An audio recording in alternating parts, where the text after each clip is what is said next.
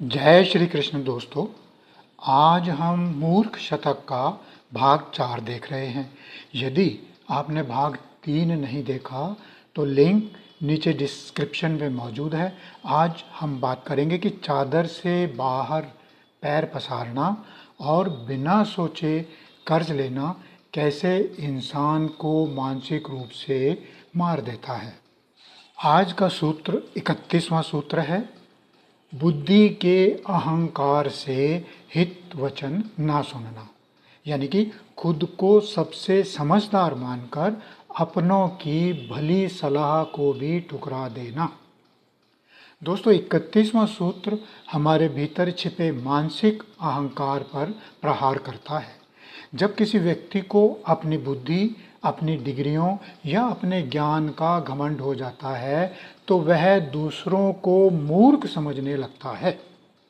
ऐसे में यदि उसका कोई सगा संबंधी, माता पिता या सच्चा मित्र उसके भले, उसके हित की बात भी समझाए तो वह उसे सुनने से इनकार कर देता है।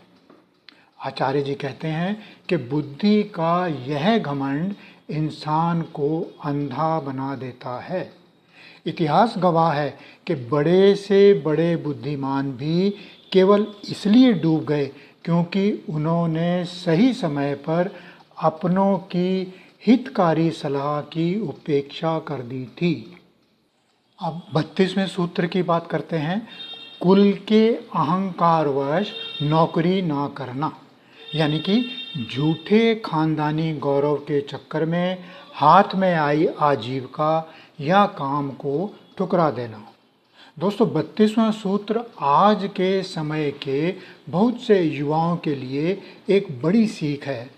कई बार लोग अपने ऊंचे कुल, खानदान या जाति के झूठे अहंकार में जकड़े रहते हैं।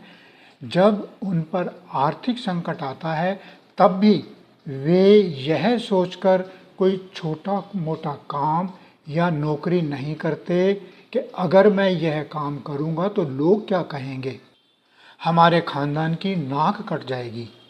परिणाम यह होता है कि वे कर्ज में डूब जाते हैं या भूखों मरने की नौबत आ जाती है। आचार्य जी समझाते हैं कि कोई भी ईमानदारी का काम छोटा नहीं होता। कुल का गौरव भूखे पेट नहीं बचाया जा सकता। मेहनत और स्वावलंबन ही असली गौरव है। अगला सूत्र 33वां सूत्र है, दुर्लभ धन देकर काम वासना की शांति करना। यानी कि कठिन मेहनत से कमाए पैसे को क्षणिक शारीरिक सुख और वासना से बर्बाद करना। दोस्तों, 33वां सूत्र धन की पवित्रता और हमारे चरित्र पर बात करता है। धन बहुत दुर्लभ होता है। इसे कमाने में मनुष्य का पसीना, उसका समय और उसकी दिन रात की मेहनत लगती है। आचार्य जी कहते हैं कि जो व्यक्ति अपनी इतनी गाढ़ी कमाई और दुर्लभ धन को केवल कुछ क्षणों की वासना, शारीरिक सुख या अनैतिक विलासता के साधनों में पानी की तरह बहा देता है, वह भारी अविवेक का परिचय देता है।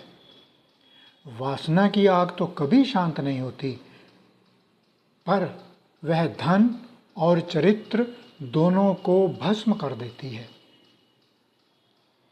आचार्य जी कहते हैं कि धन का उपयोग जीवन के उत्थान और धर्म में होना चाहिए, ना कि क्षणिक विकारों में।